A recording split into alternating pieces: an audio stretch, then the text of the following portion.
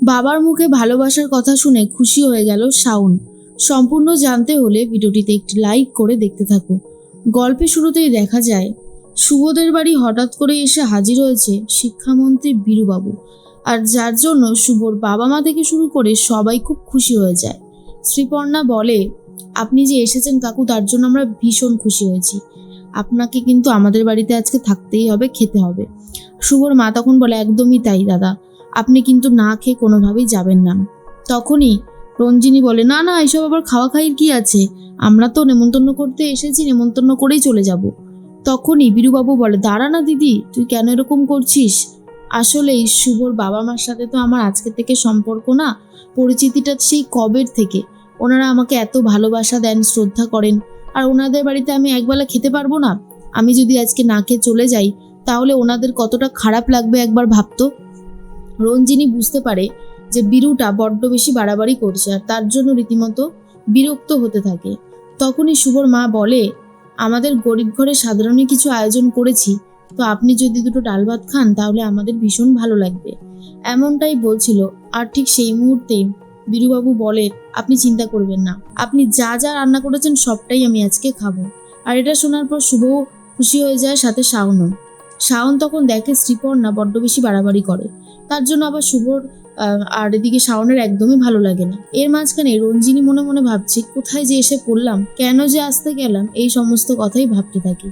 আসলেই খুবই বিরক্ত হতে থাকে রঞ্জিনী, কারণ তার এই কালচারটা একদমই পছন্দ নয়। এরপরেই দেখা যায় সবাই মিলে বলে যে আপনি খেতে বসে পড়ুন। টেবিল চেয়ারে খেতে দিয়েছে বীরুবাবুকে। রঞ্জিনীকে তখন বীরুবাবু বলে, দিদি তুই তো বাড়িতে কিছু করার সুযোগই পাস না, ওদের হাতে নাতে একটু কাজ করে দিলে মন্দ কি, একটু কর না, ভালোই তো হবে। তখনই রঞ্জিনী বুঝতে পারে যে বীরুবাবু ইচ্ছে করে তাকে দিয়ে কাজ করাতে চাইছে। এরপরেই শুভকে খেতে দিতে গিয়ে ইচ্ছে করে শুভর হাতে গরম ডাল ফেলে দেয় রঞ্জিনী, যা দেখার পরে শাওনও খুব বিরক্ত হয়ে যায়, রেগে যায়। এরপর বীরুবাবু বলে, দিদি কি করছিসটা কি, মনটা দিয়ে কাজটা করবি তো?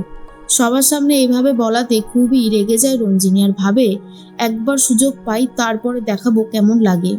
শুভ যখন হাত ধুতে যায়, রঞ্জিনীকে বলা হয় জলটা দিতে। রঞ্জিনী এসব করতে গিয়ে শুভকে বলে, কি ভেবেছো হ্যাঁ, যে তুমি বদলা নিচ্ছ? সেদিন তোমাকে দিয়ে জুতো ধুয়েছিলাম বলে ভেবো না যে তুমি বদলা নিচ্ছ। নেহাত বীরু বলেছে তার জন্য এই সমস্ত কিছু করছি, না হলে আমি করতাম না। শুভ বলে, চিচি ম্যাডাম, আমি এসব কেন ভাববো, আমি এসব একদমই ভাবছি না। শাওন তখন বলে, পিসিমণি তুমি এখানে দাঁড়িয়ে আছো কেন, কাজগুলো করো, কাজ না করলে কি করে হবে?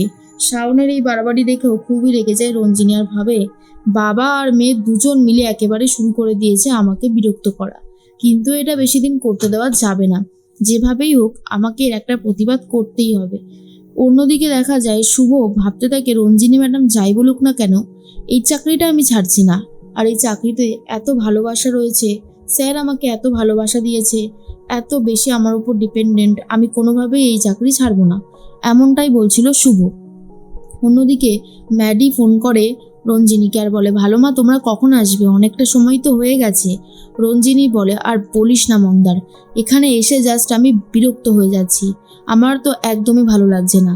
শুভ তখনই মন্দার বলে, কেন, শুভ কি কিছু করেছে? লুকিয়ে লুকিয়ে ম্যান্ডির কথা শুনতে থাকে বিথিকা। এরপর ম্যাডি বলে যে আমি তোমাকে কোনোভাবে হেল্প করতে পারি। ওই শাওনটা যা শুরু করেছে, তাতে শাওনকে যদি আটকানো যেত তাহলে বাকি সবাইকে আটকানো কোনো ব্যাপারই থাকতো না, তাই না ভালো মা? রঞ্জিনী তখন সেই একই কথাই বলতে থাকে। এর মাঝখানেই কথা বলতে থাকে প্রদীপ বাবুর সাথে বীরুবাবু, আর বলে, প্রদীপ তুমি তো সবটাই জানো, তোমার কাছে কিছুই লুকানো থাকে না। আর প্রদীপ বাবু বলে, হ্যাঁ স্যার, আমি তো সবটাই জানি, আপনি কি বলতে চাইছেন বলুন স্যার। বীরুবাবু বলে, তুমি তো জানো যে আমি আমার শাশুড়ি মাকে, আমার শ্বশুরমশাইকে কতটা শ্রদ্ধা করি, আজকে যে আমার রাজনৈতিক জীবনে আসাটা সবটাই তো তাদের জন্য, কিন্তু আমি কি করে শাওনকে ওখানে নিয়ে গিয়ে ফেস করাই বলো তো? শাওন যদি সত্যিটা জানতে পেরে যায় তাহলে যে ও আরও অনেক কষ্ট পাবে। প্রদীপবাবু মনে মনে ভাবে, কি করে বলি স্যার, আপনি যে ষড়যন্ত্রের শিকার হয়েছেন, আর গিন্নিমাও ষড়যন্ত্রের শিকারই হয়েছে, গিন্নিমা কখনো খারাপ কিছু করতে পারে না, এই বিশ্বাসটা আমার ছিল। এর মাঝখানেই তখন বীরুবাবু বলে, কি হলো প্রদীপ, চুপ করে আছো কেন? তখন প্রদীপ বলে, আমার মনে হয় শাওনমা ওখানে গেলে ভালোই থাকবে। আর একটা কথা যদি বলি, আপনি রাগ করবে না, যদি আপনাদের দুজনের মধ্যে আপনারা একটু ভালো সম্পর্ক তৈরি করে নেন তাহলে ওখানকার কেউই বুঝতে পারবে না যে আপনার সাথে শাওন মার সম্পর্কটা ঠিক কেমন। আর এটা শোনার পর বীরুবাবু বুঝতে পারে প্রদীপবাবু একদম ঠিক কথাই বলেছে, সম্পর্কটা যত তাড়াতাড়ি সম্ভব ঠিক করে নিতে হবে। এটা হলেই সব দিক থেকে ভালো। যথারীতি সবাই খাওয়া দাওয়া করে বাড়ির পথে রওনা দিয়েছে। আর তখন সবাইকে নেমন্তন্ন করে যায় রুদ্রপুরে যাওয়ার জন্য, সাথে যাবে শ্রীপর্ণা। এরপরেই বীরুবাবু বাড়িতে যেতেই শাওনের সাথে কিছু গুরুত্বপূর্ণ কথা বলবে বলে ঠিক করেছে, শাওনকে ডেকে পাঠায়। আর বলে, দেখো, তোমার আর আমার সম্পর্কটা সমীকরণটা যথেষ্ট খারাপ, সেটা আমরা জানি, এই বাড়ির সবাইও জানে, কিন্তু গ্রামের বাড়িতে গিয়ে বোঝানো যাবে না যে তোমার সাথে আমার সম্পর্কটা মোটেও খুব একটা ভালো না। সম্পর্কটা বদলে নিতে হবে। তুমি বুঝতে পারছো তো আমি কি বলতে চেয়েছি? শাওন বলে, হ্যাঁ বাবা, বুঝতে পারবো না কেন, আমি সবটাই বুঝতে পেরে গেছি। তুমি এটাই বলতে চাইছো যে আমি এবার যখন তখন বাবা বলে ডাকতে পারবো, জড়িয়ে ধরতে পারবো, নর্মাল সম্পর্ক থাকবে, তাই তো? ভালোবাসার সম্পর্ক। তখনই বীরুবাবু বলে, একদমই তাই। আর শুনে তো খুবই খুশি হয়ে যায় শাওন।